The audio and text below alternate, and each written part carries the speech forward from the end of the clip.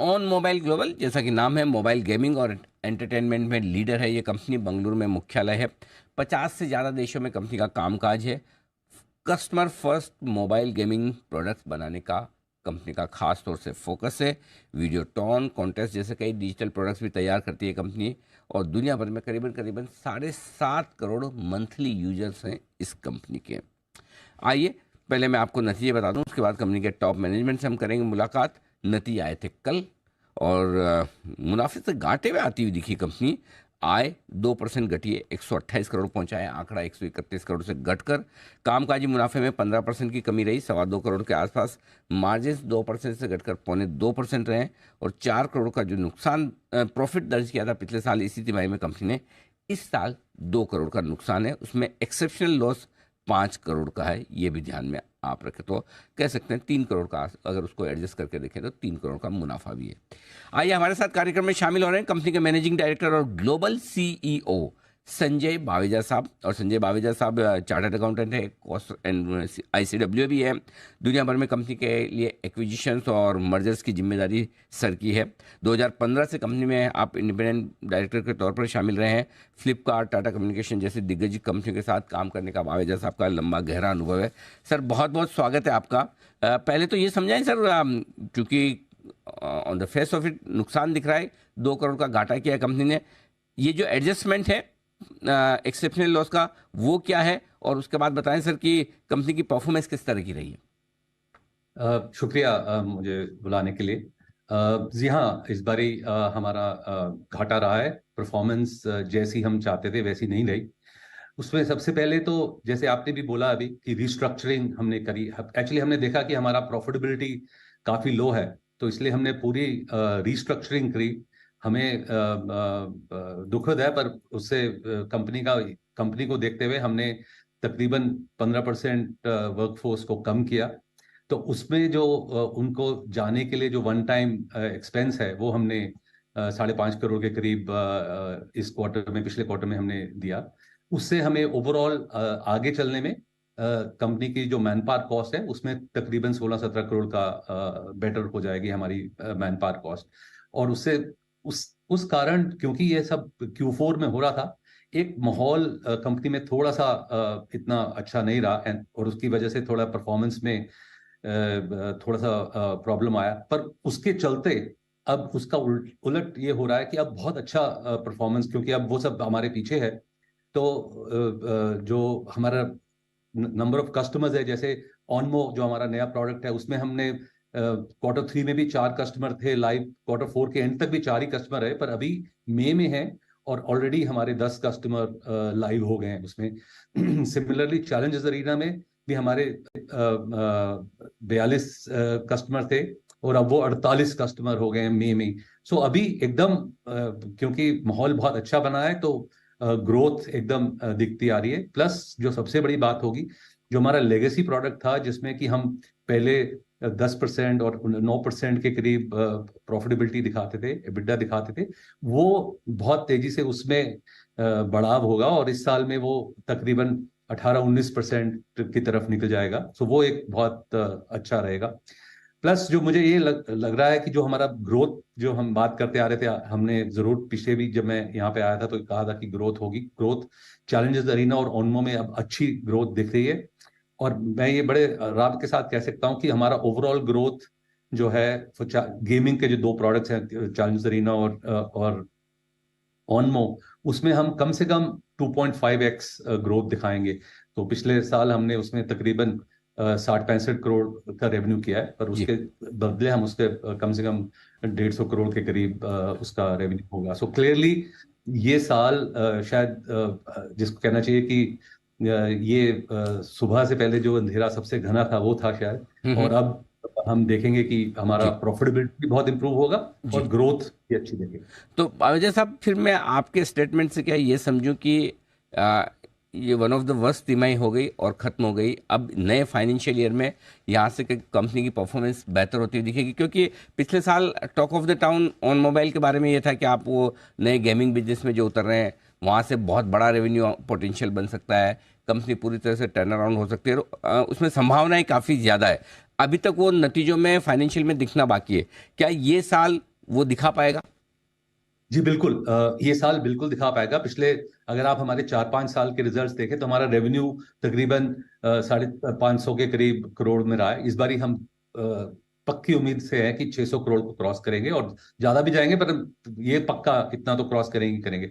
और उसमें से 25% हमारा जो रेवेन्यू आएगा, वो जो अब तक सिर्फ 12-13% गेमिंग से है, वो 25% गेमिंग से हो जाएगा। सो गेमिंग हमें बहुत फोकस दे रहा है। और उसके अलावा भी हमें काफी और वो है, हमारा जो एक सबसे बड़ा वीडियो का कॉन्ट्रैक्ट था टेलीफोनिका के साथ, वो रिन्यू हो गया है। तो उससे हमें प्रॉफिटेबिलिटी में सीधा असर पड़ेगा। जो हमारा 5 साल का कॉन्ट्रैक्ट था, 2024 में खत्म होना था, 2024 जुलाई में, वो अब 2026 जुलाई तक हो गया है। और उसमें जो हमने अपफ्रंट पैसे दिए थे, वो 5 साल की जगह 7 साल में एडजस्ट हो गए। सो वो हमें ओवरऑल कैश फ्लो में भी बेनिफिट देगा, और साथ के साथ वो हमें प्रॉफिटेबिलिटी में भी सीधा EBITDA बॉटम लाइन में ये बेनिफिट आएगा। तकरीबन 12 से 14 करोड़ का बॉटम लाइन में बेनिफिट आएगा इस साल में। सो वो क्लियरली ये 2-3 चीजें जो हमने की, जैसे रिस्ट्रक्चरिंग हुई, ये नया जो हमारा एक्सटेंशन हुआ, और एक और जो सबसे बड़ी बात जो मैं बताना चाहता हूँ, हमें एक नया कॉन्ट्रैक्ट मिला। लैटाम कंट्रीज में हमारा फोकस हुआ था। लैटाम कंट्रीज में अभी हम अमेरिका मोबाइल करके एक बहुत बड़ी कंपनी है जो 11 कंट्रीज में है, जिनका हमें टोन्स का बिजनेस सारा इकट्ठा मिल गया है। और उनके टोटल मिला के कम से कम 30 करोड़ उपभोक्ता हैं। पर जो जो जी हमें उसमें आएंगे, जी दो कंट्री जो उनके सबसे बड़े हैं, ब्राजील और मेक्सिको, उसमें ही हमें बहुत सारे जी उपभोक्ता मिलने की। जी। तो तो क्लियरली ये साल हमारा जी अच्छा ही जाएगा। जी। तो भावेश साहब, एक चीज जो आप कह रहे हैं कि इस साल कम से कम 600 करोड़ तो रेवेन्यू कर ही लेंगे और उसका 25% आपका गेमिंग बिजनेस से आएगा। मैं ये समझना चाहता हूँ कि आपकी कमाई ज़्यादा कहाँ है? एक तो आपका ट्रेडिशनल बिजनेस है जो 75% रेवेन्यू कंट्रीब्यूट करेगा, दूसरा ये 25%, दोनों में मार्जिन किस तरह के हैं? कहाँ ज़्यादा कमाई होगी? सो गेमिंग, एक तो जो ट्रेडिशनल बिजनेस है उसकी प्रॉफिटेबिलिटी, क्योंकि हमने रिस्ट्रक्चरिंग करी, उसकी प्रॉफिटेबिलिटी अब काफी बढ़ गई। सो एक तो वो बेनिफिट होगा ही होगा। प्लस जो गेमिंग बिजनेस था, जो अभी तक प्रॉफिटेबल नहीं था, वो काफी प्रॉफिटेबल होगा इस साल।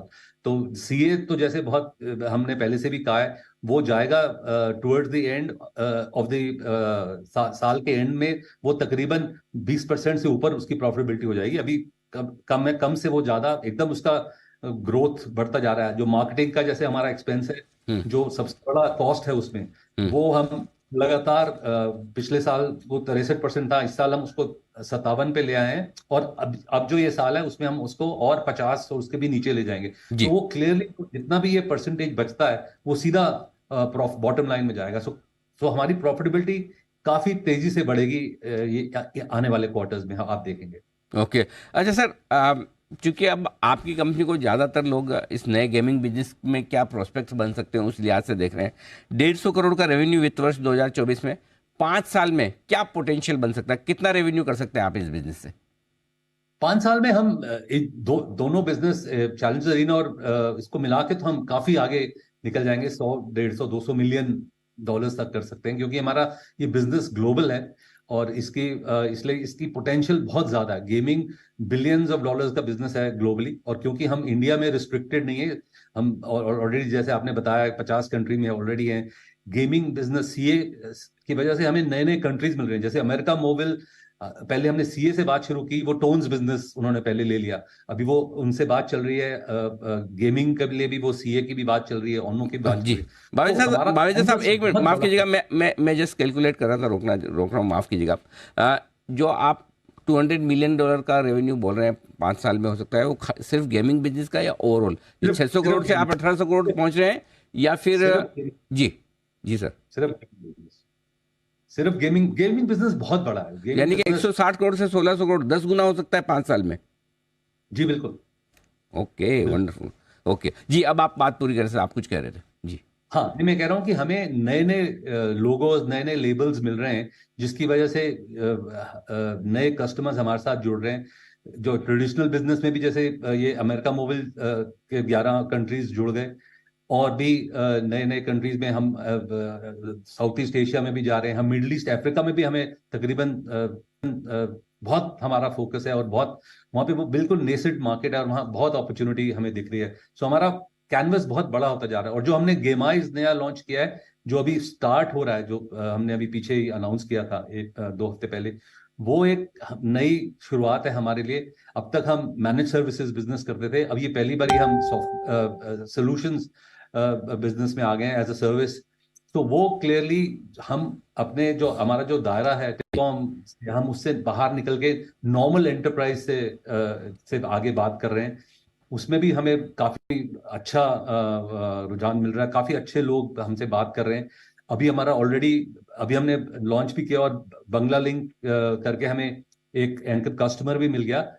हमारी 13-14 लोगों से और बात हो रही है, जो कि हमें नेक्स्ट 1-2 क्वार्टर में वो भी स्टार्ट हो जाएंगे।